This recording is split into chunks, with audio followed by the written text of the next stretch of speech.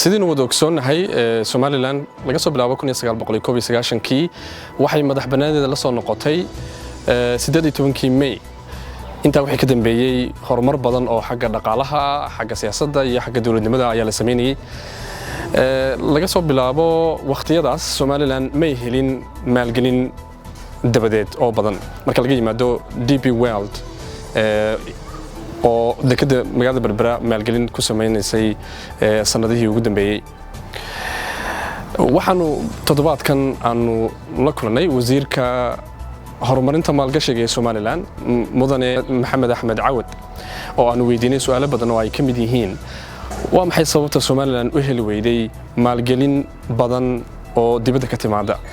caqabadaha hortaagani maxay yihiin aqoonsi la'aantu kaalin intee leeg ayay ku leedahay mushkiladahaas iyo caqabadahaas hortaagan dawladda federaalka ee Soomaaliya oo culays siyaasadeed oo xagga maalgelinta ku haysay Somaliland sanadadii ugu dambeeyay ayaa iyadana aanu su'aalo ka weydiinay sidoo kale waxaanu su'aalo ka weydiinay dekada Berbera iyo Berbera Corridor iyo maalgelinta DP World weegan barnaamijkan oo runtii aad oo tacalluqa dhaqaalaha Somaliland ayaanu idinku soo gudbinaynaa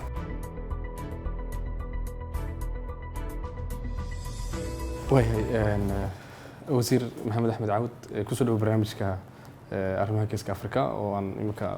ويكنا كجاه لأنه مالجلينتا عالمية هي سوماليلاند يو عقبتها هرتاجن مركا سوماليلاند صدقت هاي يمك صوت صنع كدوات أي شرتي مركا لقي معدو مالجلينتا بربرا أفر بقولي كنت $1,000,000 ملها كدو أما wax kale maalgelin oo badan ay wadanka maxaad u malaynaysaa in yihiin caqabadaha ugu waaweyn ee hortaagan maalgelin dibadda ka timaado ay Somaliland hesho bismillaahir rahmaanir rahiim Dr. Maxamed marka koobaad waan ku salaamayaa adiga iyo programkaaga hawlanadeeda kala shaqeynaya runtii barnaamijyada loo baahan yahay xilligan oo kale maskaxda ummadda la hadlaya dhiirigelin oo ah dhalinyarta reer Somaliland iyo aqoonyahanka soo korayaba waan kaaga mahadnaqayaa booqashada soo booqatay marka koobaad su'aal fiican baad weydiisay markaynu maalgelin ka hadlayno inta badan dadkeena ama dhalinyarteena waxa ku soo degdegaya oo maalgelin weyn runtii maalgelintooda waana yaraan kartaa way weynaan kartaa dhexdhexaad bay noqon kartaa inaga waxaad moodaa maalgelinta dekedeena in balaarinta ku sameeynay oo ahaa maalgelin la wada leeyahay ama dawladda iyo shirkadda DP ay wada lahaayeen oo noqonaysa maalgelin public private partnership ah in heshiis la galay taasoo baa dadkeena maskaxdeeda ku soo degdegaysa laakiin waxa laga yaabaa 3 sano ugu dambeeyay dadka dalka maalgashaday inay 150 kor u dhaafayaan ha kala duwanaadaan meelaha maalgashadeen kalluunka beeraha macdanta aad u badnayd aad iyo service industry go aad isna u badnaa marka waxaad moodaa maalgelin marka la yiraahdo taa xoog weyn oo maniyada ku soo dhacaysa laakiin maalgelinta caalamiga ee inta badan aad iyo aad bay noogu badan tahay ha badnaa dad badan oo indhaynaya aad ha u eegaan maadaama ay lahayd dad dalle tamarta dabiiciga ah ee sida cadceedda iyo hawada iyo marka inta badan wadamada Europeanka ah Chinese-ka wadamada kala duwan ee adduunka oo dhan inta badan way danaynayaan maxaa lagu daneeyaa dal marka la eegayo shirkad ama nin hantidii dalaan lahayn Kenya inta badan wuxuu eegaa oo fursad u arkaya weeyaan inuu quramaha Afrika oo dhan waa meelaha adduunka suuq ah oo meelaha dihin ee adduunka suuq imanayo toddobaatanaadkii 80aadkii waxa aad loo maalgashan jiray South East Asian countries-ka oo aad loogu maalgashan jiray sababo ay ka koob tahay shaqaale aad u jaban firfircoon oo inta badan Europeanka iyo wadamada horumarinta badan warshadahooda iyo iyagoo cheap labor-ka doonaya xaggaas ay u guuri jireen imika waxay moodaa South East Asian countries-ka inay aqoontii knowledge transfer-ki waa dhacay oo ay arkeen imika China dhaqaalaha adduunka iyo Philippines iyo Singapore iyo wadamada Korea iyo wad ka wada haysa India iyo imika soo kacisay dhamaantood wadamada Asiankii aqoontii bay barteen xadaaradii bay barteen wax walba kala wareegeen lacag bay yeesheen imika iyaga adduunka dunida soo dhoofiya wax lagu sameeyo marka imanka suuq jaban oo muxuu ahaa shaqaale jaban oo laga helaya xaggaasi ma jirto imanka Afrika la isugu imanaya xagga baa loo soo guuraya intan joogay waxaa la korka shirkado badan oo meelaha warshada kule oo doonayeen branch halkan ka furtaan sababtoo ah de suuq halkan buu yahay suuqana waa loo soo dhawaadaa inta badan inta de meel fog aad ku soo Somaliland aqoonsi caalami ma haysato si noognahay taasi waxay noqonaysaa runtii taban caqabado weyn oo kamid ah caqabadaha ugu weyn hortaagan marka laga yimaado aqoonsi la'aanta sidoo kale waxaa jira kaabayaasha dhaqaaluhu ma dhisna institutionadii hay'adeed ama institutionadii dawladda iyo lafteedu sidii loogu talagalay uma shaqeynayaan dadkii aqoontii wadanku runtii aad buu liidataa sida dadka wax bartay oo kale ama dadka xirfadda bartay oo kale aad buu waxaasoo dhan miyaanay noqon karin caqabado waaweyn oo aan la iska indhatiri karin aad ku mahadsantahay oo soo socday horta adduunku de imanka sidii beriga hore maaha imanka adduun la yidhi waa tuulo qura oo kala globalization waxa la yidhaahdaa adduunka mid buu noqday siyaasadda isku mid uu leeyahay gool qura uu leeyahay maalgashigu wadamada qura soo koraya maaha ilaa wadamada horumaray wuxuu u yahay waxa ugu badan dhaqaajiya dhaqaalahooda kobciya hantidooda ayuu ka mid yahay haddaan su-aashaada weydiisay challenges aad iyo aad bay u badan yihiin waa run adduunku nidaamka u samaystay world orderka ama nidaamka caalamka de liiska adduunka la garanayo adduunka iminka de ICT da hogaamiso liiska wadamada xarafku maad ku dhufanaysa wadanka ka kaco inaad ka heshaa dhibaatooyin kow maalgashigeena carqalad weyn ayuu ku yahay waa safarna tagi laakiin de wax walba waxa ka weyn doonida shacabka waa laga gudbi karaa carqalad weyn oo de waa sunaga nool ee horumarayna ee dunida wuxuu dhoofinayna wax ka soo dhoofsanayna adduunku waxa qurbi isku fahma waa luqadda lacagta waa carqalad weyn oo xagga haddaan carqalad way badan yihiin saadii sheegtay dhammaantood way wada jiraan waxna adduunka kala simannahay waxaynaga inoo gaar yihiin kuwa aad sheegaysa ixtiraaf oo kale dib dunidii taasi waa xaggii weyneed laakiin waxbaa jira inaga inagu xidhan oo hagaajin karayno waxyaabaha ugu badan inaga dal ahaan iyo Somaliland daris ahaan aynu hagaajin karayno inuu kula tartami karno wadamada regionka waxa weeye kow shaqaale xirfad leh inaynu yeelano oo xustay oo haddii kale cost of doing businesskii bay kor u qaadayaan iminka Ethiopia kale inaga shaqaale jaban tahay shaqaaleenu waa qaali marka loo eego de nolosheenu ku base garaysan yahay qofku wuxuu qaadanayo intuu ku shaqaynayo talafteeda wax badan baa laga qaban karaa infrastructure-keena oo waxa ugu weyn oo qofka maalgashigu u eega ay ka mid tahay waayo haddii kale koskiiba kor u kacaya qiimihii waxaana ku soo baxayeen iminka warshada lagu soo productka lagu soo saaro China tad halka ku soo saarta say kula tartamtaa way adkaan karaysaa odaygii dhaqaalaha inuu wada naqaanay economies of scale bay ku soo saareen iyagu oo de wax badan bay soo wada saareen mar qura way dunida dhan bay ku talagalay laakiin inaga ninka warshadii halka ka furta dhibaatada ugu weyn leerkii oo affordable aan ahayn oo runtii isku dayayno inaanu helno maalgashiyaal maalgashada oo ka dhalin kara tamarta dabaysha iyo teknolojiyooyinkan cusub ee imaka movementkoo kale maalin walba technology uu isa soo taraya maaha necessary inaynu sidii 60maadkii 70aadkii inaynu leerka u dhalinaa marka taanoo ka hadlaya waa carqalad weyn bay noo tahay waxa ka mid ah kaabayaashii kale dhaqaale ee wadooyinkii iyo highwayadii baa ka mid ah waxa ka mid ah carqalada kale jira warshadaha niyad jabinaysa inta badan de warshadii waxay u baahan tahay haday wax soo saarto israa kartoon bay u baahan tahay waa in kartoonka tii soo saarsi la helaa wixiis wada dhamaystiran waa in bool yar ka jabo de waa ogtahay halka loo doonayo waqtiga qaadanaysa bir yar haday ka jabto farsamada lafteedii waa in lagu yarto waxaad moodaa aqoonteenu inay u qaabaysnayd inaynu wada madax noqoneen kursi xafiis soo fariisan waxaasoo dhan wax waynu ka qaban karaynaa waa inaynu de qorshayaasheediina waynu leenahay waynu wadnaa Somaliland tirahan dadka marka la eego 3 milyan ilaa 4 milyan baa lagu qiyaasaa oo tiro aad u kooban marka loo eego wadamadan hareeraha kale ama Afrika marka loo eego kale ama dunida wadamada badan oo soo koraya marka loo eego tirahan dadku aad buu yar yihiin sidoo kale budgetka dawladda laftigeedu aad ayuu hooseeyaa $328 warbixinihii ugu dambeeyay ayay noqon $328 milyan ayaa lagu tilmaamaa miisaaniyad sanadeedka Somaliland inuu yahay sidee ayay markaa hay'adaha ama shirkadaha waxay maal gashanaya ay wadan populationkiisu yar yahay badankoodu sabool yihiin miisaaniyaddiisu ay $328 milyan ay tahay oo laga yaabo in dukaanku yaala wadamada jaarkeena mid kamid ama shirkad wadan dhan sida loogu maamuli karaa $328 milyan maxamed waa su'aal fiican aad weydiisay runtii midi waa budgetka dawladda oo dawladdu waxay iibsanaysay iyo serviceska adeegii qabanaysay waa run way yar tahay haddii uu budgetkeenu badnaan lahaa kaabayaasha dhaqaale wax badan bay dawladdu ka qaban lahayd laakiin dhaqaalaheenu intaa uu ka horeeya waxa laga yaabaa GDP-deenu inay 1.8 marayso 1.8 billion ay marayso dawladdu unbaa 300 gacanta ku haysa iyo intaa yar oo less than 7 to 5% meelaha noqonaysa laakiin dhaqaalihii dadka gacanta ku haya ganacsatadiina ku siyaasadda qaadana ahayd free market inuu qofku waxna iibin karo waxna iibsan karo furfurnaanta siyaasadda aynu qaadanay baa teknolojiyada wadamada ugu horeyna ayaan ka midnahay cashuuraheenu badnayno cuslayn baa keenaya haddii cashuuraheenu ay qaali ahaan lahaayeen cuslaan lahaayeen budgetkeenu uu kordhi lahaa dawladdu wax badan oo private sector ama ganacsatadu ay tabayso oo maalgashayaashu ay kusoo dhiiran lahayd ay dawladdu qaban lahayd laakiin dawladdan waxaa la rangareynaya iyadoo 45 milyan miisaaniyaddeedu tayadii ka hooseyso maanta 300 maalin walba waxay noo soo kordhaya inta reform baa laga wadaa shuruucaheena kala duwan ganacsigeenu markastoo kordho oo balaadho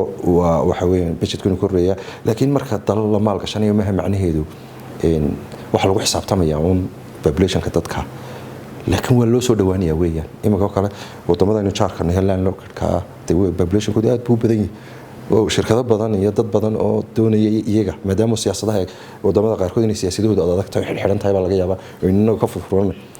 suuqu ma aha intayna aynu arkaynaa laakiin waxaynu noqon karnaa dad dunida u adeega dad Afrika u adeega Afrika waxay soo saarto imika dunida inta badan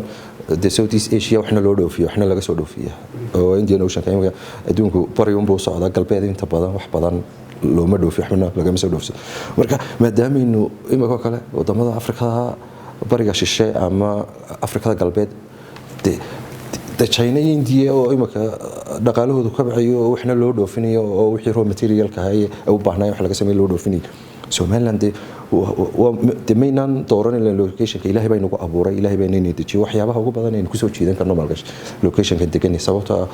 badii casaydo Indian Ocean ka waxba u jirin oo markabka halkan ka dhaqaaqa wax yar uu ku gaarayo India ma China ka soo dhaqaaqa ama Tanzania ama South Africa ama Senegal ka soo dhaqaaqa intuu ku imanaya waa dareemi kartaa adduunkuna waa time ka lagu marka waa sifooyin iyo waxyaabo aynu leenahay oo ay tahay inaan ku soo jeedano maalgashayaasha Ethiopia oo dalka imika koritaankiisa dhaqaale uu fiican yahay waxay doofinayaan halkan bay marin karaan waxay la soo deegayaan halkan bay marin karaan badhow shiran ka qayb gal loo ahaa balaarinaha dekedaha Afrika sanadkii hore aakhirkiisa ka dhacay Tanzania dekedaha Afrika bariga Afrika ay u baahan tahay way ka badan yihiin inta nimka ka jira galbeedka Afrika oo dhaqdhaqaaqiisu aanu badnayn ayay naga dekada badan marka runtii waa dekada badan baynu maal gashan karnaa waxaynu isu diyaarin karnaa inaynu noqono meel u adeegta Afrika adeeg kasta oo baahan wasiir waad mahadsantahay marka waxaan jeclaa iyadana inaan ku weydiiyo xagga siyaasadda maalgashiga ee Somaliland inta anigu xog hayo waxa laga yaabaa malaha adiga hadii xog kala hadayso waad igu beerin kartaa 2004 ugu dambeeyay foreign investment law oo la sameeyay inta wixii ka dambeeyay muddo waxa ka soo wareegay imka 16 sano ku dhow wax kaabiso ama ma lagu sameeyay ama ma la bedelay mid kale yani siyaasadda ku wajahan investmentka ee Somaliland iyada laftigeeda xagee wax marayaan Maxamed waa run xeerka maalgashiga shisheeyuha 2004 xilligaas uu baarlamaanku ansixiyay 2008 wax buu ka bedelay markaan aan xafiiska maalgashiga ama wasaaradda la sameeyay waxaan diyaarinay siyaasadda maalgashiga ee Somaliland runtii waa dhaqangal golaha golaha wasiiradu waa ansixiyeen insha Allah kula sheer karayn doonaa waxaan qaadanay siyaasad la yiraahdo imka adduunku maadaama isku ujeedo u yahay inta badan uu ka wada sinaan karaa 80% 90% ka sinaan karaa waxa la oran karo best practice oo siyaasadaha ugu casrisan ee imka dunida leedahay anagoo raacayna toolska iyo guidelines-ka ururka la yiraahdo OECD ka shaqeeya dhaqaalaha iyo waxyaabaha kobcintooda anagoo tuuliska ugu badan ee marka adduunka soo jeedinayaan aan raacayna siyaasaddaasaan daraaf garaynay waa dhaqangal qof kasta oo baahan uu ka heli karayaa wasaaradda iyadoo software uu ka heli karayaa wax badan baan daabicina laakiin iyadoo software waan la share garayna public in siyaasadda la asixiyay waxaan qaadanay siyaasadda ah inaan non discrimination inaan la kala saarin adduunka marka qofka maalka shaqada dalka jinsiyadu siiya muwaadin buu ka dhigaa waayo qofku horay inuu hantidiisa ku keeno ood ku shaqaysato aqoonti ka faa'iido oo isna ka faa'iido waxa baasaboorka gacanta laga saaray marka inteen leg baa lagu xidhay qofku inuu wadanka maal gashado si uu helo jinsiyadda waxaan qaadanay siyaasadda inaan la kala saarin qofka maalgashada dalka maalgashada waa maalgashada magacaas uu leeyahay maalgashada dalka Soomaaliya xuquuq iyo waajibaad la mid ah qofka muwaadinka iyo qofka qurba jooga ayuu yeelanayaa siyaasaddaasaan qaadanay inaan la kala saarin waxay leedahay guiding principles bay leedahay mabaadi ka wada siman waa midaan leenahay dalka waxay soo jeedi doontaa maalgashiga inta badan dadku waxay xoog u saarayaan ka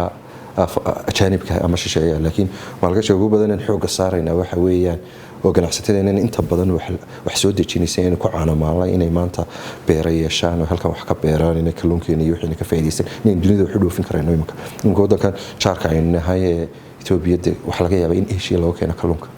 inagoo 850 kilomitir oo xeebal leh oo inaynu dhaqan kalluumaysi yeelano oo inuu inta badan ka xoolaha ku soo caanamaalay waa run isagana inaynu sii kobcino anaga ka dawladahan oo furfuraynaa wax allaaliyo wixii suurta gelinayeen resource-keena laga wada faa'iideysto ayaan diyaarino marka haddaan dhameystiro siyaasaddu way dhameystirantay xeerka maalgashiga Soomaaliland marka warkaasi wuxuu ahaa shay qura muu jirin xeer maalgashi oo muwaadiniinta lagu dhaqo muu jirin laakiin kaasuma lagu wada dhaqayay imika waxaan dhameystirnay oo golaha wasiirada horyaala oo qaybino ilaa 2 jeer laga niqaashay xeerka maalgashiga Somaliland 2019 December akhirkiisii baan geynay kulay oo wasaaradda badan iyo dawladda dhan ka qayb qaadatay xeerkaasi markuu golaha wasiirada ansixiyaan baarlamaanka u gudbin doonaan in badan oo la sugayay xoog iyo aqoon iyo Somaliland badan cid walba oo inaga caawisay iyo muxuu adduunkaba khibradiisa anagu eegaynay inuu noqdo wax adduunka la jaan qaadayo inuu noqdo xeerka maalgashiga ugu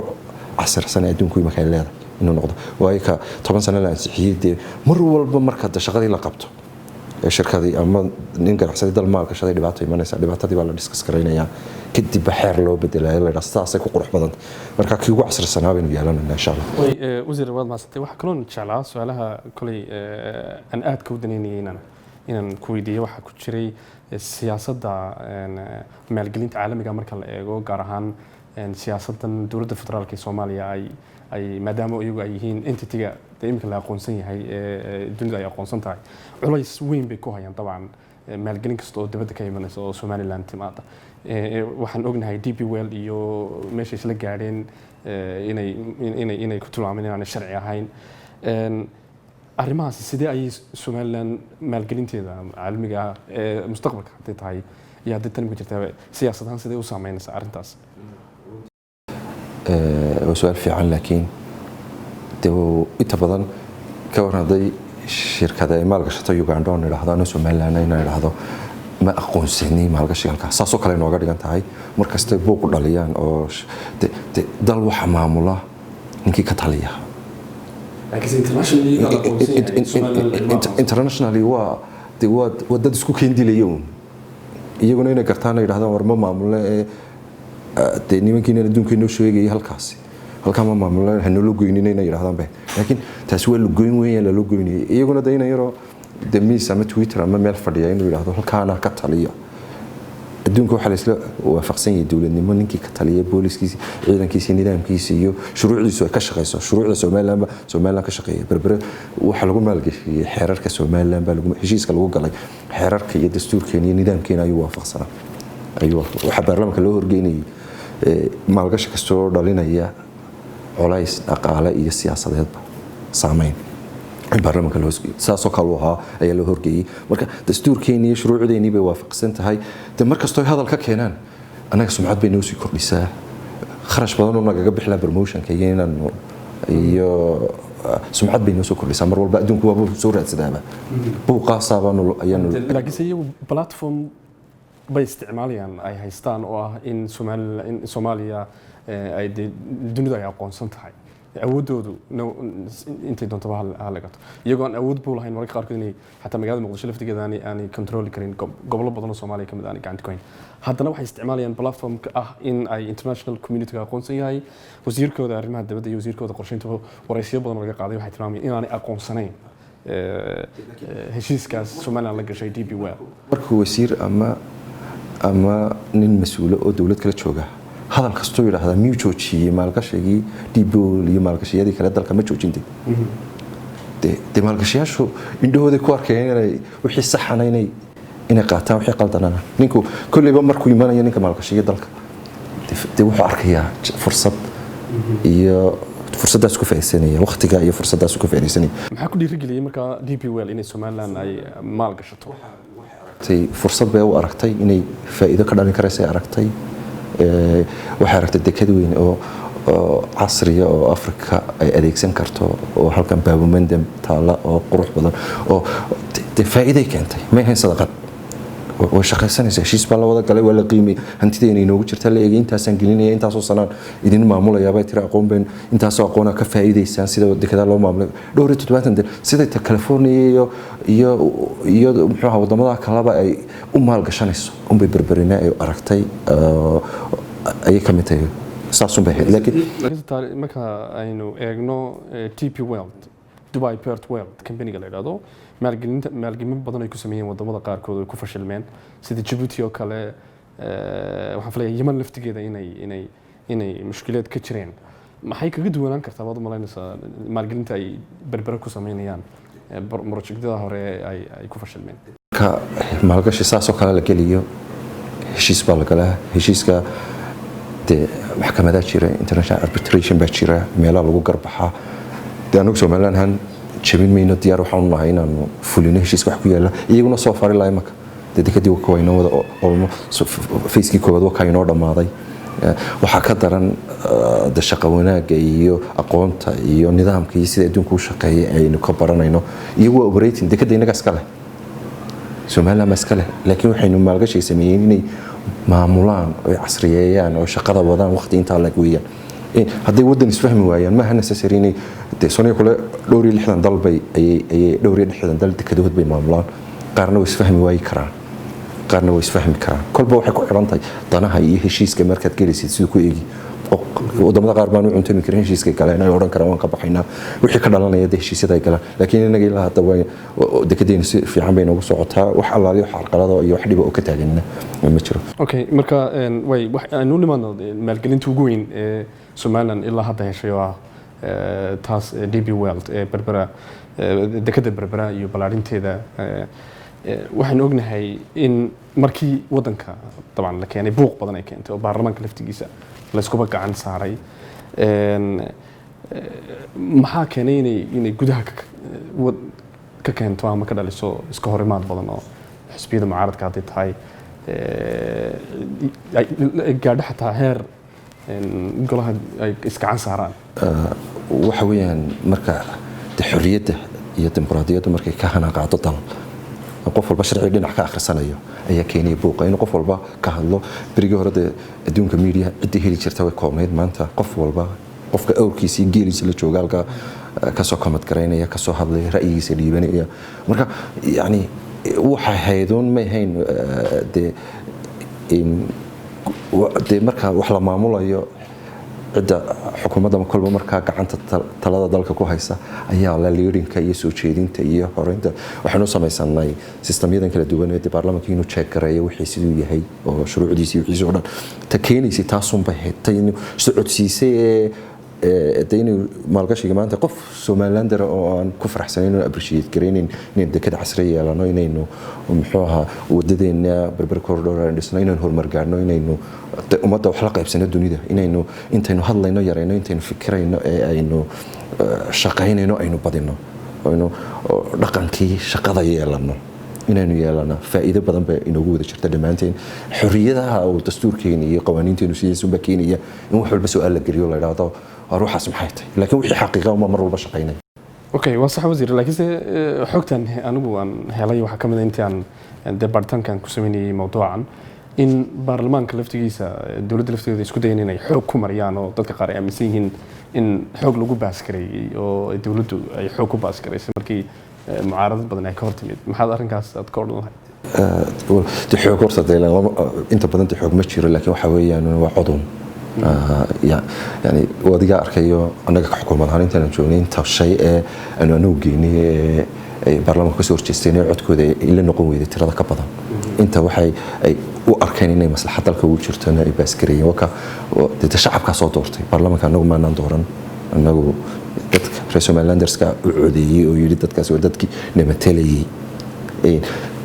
دي حكم يشيرين ولا وذا شوجا قف والبط وأصحابته وحلي حلبانودي كلا دونا حكومة حلبانودي دونا وينجوه ريي almost 4 سنة 6 سنة كهر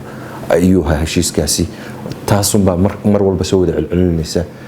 وحن أرالها شو مالاندرز أنت بدني يعني ده سؤاله كيني يعني هالنقطة مستقبل كوني مك أوريدي وين كسو قدبني أوريدي دكتيني وين نجار كنا وسعتها إندي هنا إذا شنية طبعا أبا إندي هنا وحبنا إذا عطيني سواء إيجا. سفيان واي هدي عن مثلا هوسو كثير تعرف إنه عشان تندك ده بربرا كل دي بي ويلد واحد شركة كونتراكت ساي بحيانه أما سب كونتراكت ساي بحيان أو شركة وطني أي كفايدين سنكران شركة هالسيدة ay ugu sinaan karaan muwaadiniinta Soomaaliland gobolada Soomaaliland oo kasoo kala jeeda ama shirkadaha u tartamaya sidee dawladdu ugu talagashay inay ama DP World lafteeda ugu talagaleen dadkan waxaan maqlay shirkadii scanka la siiyay oo kale in si gaar ah loo siiyay oo aan tartan aan gelinin niyo kulay de marka cid bixinaysa ama qadaraas bixinayso de shuruucdeena waxay ka leedahay procedure iyo hay'adda qandaraasada ayaa ka mas'uula ووحي الدولة دولادي لكن ما كشركات عصد يدا يدا أوجارة لكن حشيس كان لقى الله حكوا قرناون إن سومالان درسوا يوصل هذا قدر عصيدا مركا هدي إذا عبشكا قبضت وحين لان هاي وحين لان هاي محكمة ضين لان ميلا لقد عودين لان هاي يقلفتوا وحين ليه حفيز عبشوين كقبضة أو حول ده يعني الله يسكت إن الله اسمه قوانين عد قونية وحي لو ناس نوجينيه لكن Somaliland درسكو دستوركينا ayaa siiyay xuquuq iska mid ah sharciyadeena asiis maado madaxda sarsare TP World iyagu keensanayaan ay dibadda kan keensanayaan shaqaalaha hoosaadkan badan kale dabcan san ogahay waxay u badan yihiin muwaadiniin reer Somaliland oo badan yihiin oo shaqa laakiin maamulka مثلا dhexe middle level management oo kale sidee ugu sinaan karaan in dhalinyarada reer Somaliland rag iyo dumarba ay madax ka noqon karaan shirkadaha waaweyn caalamiga ah wadanka imanaya ma policy gaar ah bay dawladdu samaysay mise shirkada loo deynaya shirkada waxa lagu dhaqmayaa xeerkeena shaqaalaha muxuu ahaa shaqaalaha ka shaqeyn doona waxa qabanaya xeerkeena shaqaalaha rayidka aba qabanaya wasaaradda shaqagelinta u qaabilsan wixii cabashooyin shaqaalo qabtaan halkaas ay marayaan in anaga waxaan qaabilsanahay inta badan after care-ka ama hadii dispute yimaado shirkadii inuu maamuleysay iyo wasaaradii line ministerka oo hadda isqabtaan inta badan anaga shuruucdeena ay siinaysaa inaan dhexdhexaadino sida maalgashiyaasha kala duwan aan dhexdhexaadinayno in meel walba waxaan leenahay meel cabashadii loo gudbiyo hadii waxa la eegayo laakiin shaqaalaha ugu badan ka shaqeeyo shaqaalihii markii hore dekada ka shaqeey jiray baa inta badan ka wada shaqeeya waa narkii jiray position la xayisiinayo oo dekadu markay u baahato shirkadda DP World maamulaysa u baahato oo dadku ugu tartamayaan waa narkii qaybahan ugu dambeeya waxaan jeclahay inaan eego regionka wadamadan jaarkeena wadamada jaarkeena misalna Ethiopia oo kale Djibouti oo kale Djibouti hadan ku horeeyo Djibouti culays badan bay kulay aan dareemayaa markan si madax banaan aanu eego in horumarka dekada Berbera uu culays badan ay u dareemayso dawladda Djibouti hadii dekada magaalada Berbera ay horumar badan samayso challenge inteen leg baa ka iman kara ayadu malaynaysa adigu aragti ahaan ama arrinkaas ma kala hadasheen dawladda Djibouti inay culays ka qaadaan dekada Berbera de horta hal suuq baan wada leenahay Djibouti suuqana ninka adeeg fiicnaada yani in la tartama customerka ama cid loo adeegayo uu fiican in inta badan Ethiopia wadamada ka sii dambeeya ay dekadaheena ay u adeegayaan Ethiopia waxa hubaala Djibouti qurmaha ugu yaraan 10 dekadood in ay u baahan tahay haday xaqi petrochemicals ka tahay guuriski tahay wax badan way la soo degtaa wadan weyn oo dhul baaxad weyn iyo population badan balle Djibouti kuma filna Ethiopia culays badan bay ku haysaa Djibouti oo qura in Ethiopia ku u adeegto duruufaha keenay markii hore maadaama oo berberi maanta diyaar bay u tahay inay u adeegto kulli mar wal oo tartanku bataba waxaan u malaynayaa waan ku celinaya horena oo sheegay ugu yaraan 10 dekedood ba Ethiopia iyo wadamada kale ka sii dambeeyay dekedan lahayn oo adeeg kara marka wax culays oo aragnay imika Djibouti inay dekada berbera saartay ma jirto culayskaasi dabcan waxa laga yaabaa inaanu muuqanin laakiin si way jirtaa arrinkaasi oo dadka si gaar ah u daraaseeya dhaqaalaha horumarka dhaqaalaha regionka oo kale in badan bay wax ka horumarka ku imanaya dekada magaalada berbera haddii dekada magaalada horumar weyn samayso waxay saameyn ku yeelanaysaa dhaqaalihii dalka Djibouti taasi miyaanay ahayn lafteedu inay conflict of interest uu jiro karo intaan waxa aaminsanahay dekada berbera horumarta casriyada oo adeegyada fiicnaa Djibouti-na iyaduna way ka sii badanaysaa investment-kii maalgelinta dekedeeda ku sameynayso iyaduna waan ku celinayaa mar walba la tartamayaba inaga suuqa haddii hal shirkadooda ay telecommunication inoo adeegtay haddii 3 iyo 4 inoo adeegan kayba mar walba inoo fiican waxayna fiican dad customer ahaan marka inagu teena aynu ka shaqeynaynaa waxaynu ka shaqeynaynaa dhaqankeena ka shaqeynaynaa xirfadeena ka shaqeynaynaa infrastructure-keena kala duwan ee dekada qoodin karaya free zone-keena ka shaqeynaynaa wadadeena berbera corridor baan ka shaqeynaa leedkeena iyo biyaheena ka shaqeynaa inagu baynu waxna Ethiopia haddaynu nimaano iyada maxay Somaliland ula ganacsan lahayd Ethiopia xagga yani Ethiopia wax naga soo gala mooyaane oo matalan oo qaadka kale iyo waxyaabo noocaas kale oo dhaqaale culays badan kale dhaqaalaha Somaliland ku haya sida la og yahay mooyaane inagu waxba ma geyno kalluunkii ma geyno milixdii lama geynayo maxay malaga Ethiopia laftigeedu inay Somaliland ku yar hayso dhinaca marka laga go economic embargo oo kale oo cunaqabatayn dhaqaale oo kale heshiisyadan kula wada jirno dhamaanteed Ethiopia iyada u baahan markaan niraahno warwaydi sideed trade deficit-ku aad buu sareeya maxaa haystaan kalluun dekeena wala inay دمية سومالان درسكي انتو ورشات ساميستو iyo kii Soomaaliland badda galay quusiyay 5 ku jiray yimi sotan afadan qaasbin hayso way kaalintii dawladdu laakiin iyadu meeday anaga kaalinta dawladda shuruucaha iyo heshiisyada iyo trade cross border anagu waxaan u soo jeednaa hadii habeeneen shirarkan uu la galayna ganacsatada inay ku dhiiri gelino soonaga dawladdu inta ugu badan waxa laga cawdaa inay dawladaha waxa laga cawdaa inay cashuuraha ku kordhiyaan inay qaali karayaan inay license-ka helitaankiisa adkeeyaan cidda cabanaysa ee maanta la license-ku igu adagi regionka marka la eego inaga ugu horeyna xagga fududeynta marka la eego cashuura inaga regionka ugu flexibility-san wax walba waynu kaga horeyna laakiin mushkiladda jirta waxay naga qabsato inaynu wax diyaaro oo adduunka lagu diyaariyay oo si weyn loo soo saaray inaan la soo orodno in halkan keeno taas ayaa dhibaatada keenaysa laakiin anaga ka dawladaha wax allaale bal cidda naga cabanaysa la waxaan nadameedan qaban dawladnimadu waa idinka haddaynu isla helno maanta anagoo hogaankii iyo maamulkii ah aqoontii aqoon-yahanada iyo hantida ganacsatada haddaynu saddexdaas la helno waxaan maleynaa Ethiopia ma hayo wadamada ka dambeeyaba dadkii quudin lahaayee wax dunida weyn ka tilmaamnaan lahayn ayaan ka tilmaamnaa adduunka waxa horumariyaan wadad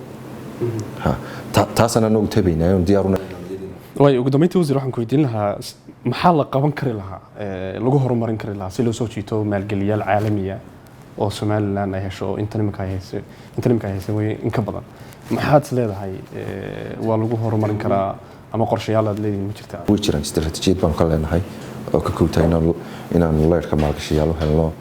maxalliyiina aan horumarna leerkana hadduu jamaado way imanayaan infrastructure-ka waa naga wadooyinkii imika wadnay la tacaalina haska yaraado haynteenu waxaan kaloonu diyaar u leenahay in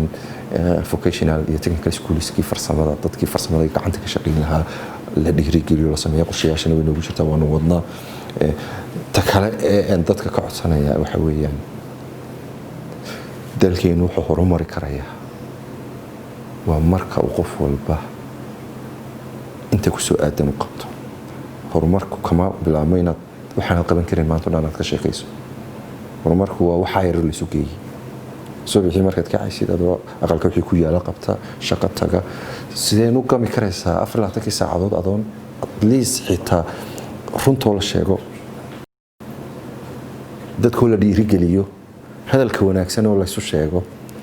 intaasba sadaqad bay ka mid tahay horumarkeena waa ka qayb qaadan kartaa laakiin hadii la isla dego oo la yiraahdo 150 qof oo ka aqoon badan baaba kan jooga sida halkan loo geeyo dhaqamadii aynu xuntidii kala soo noqonay hadaynu minahno saas uma la soo wada jeedinaya laakiin hadii la isla dhiirigeliyo qof perfect ma jiro qof dhammaystiran ma jiro qof walba qayb ku fiican laakiin reer Soomaaliland maxaad dalka ku korsan kartaa waxaad ku korsan kartaa wixii aad qaban kartid inaad qabatid waad mahadsantahay laakiin waxaan kusoo gabagabeynaa su'aasha ugu dambeysay waa su'aal iska personal aan filaya taa ugu dambaysa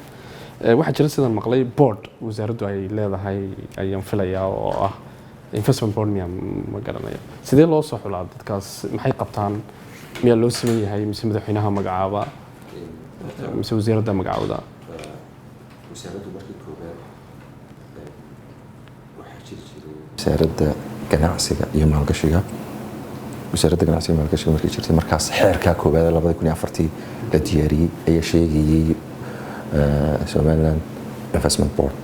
la sameeyay kuwaasina waxay ahayd DG u badnaayeen sama guud wasaaradda ganacsiga maaliyadda qorsheynta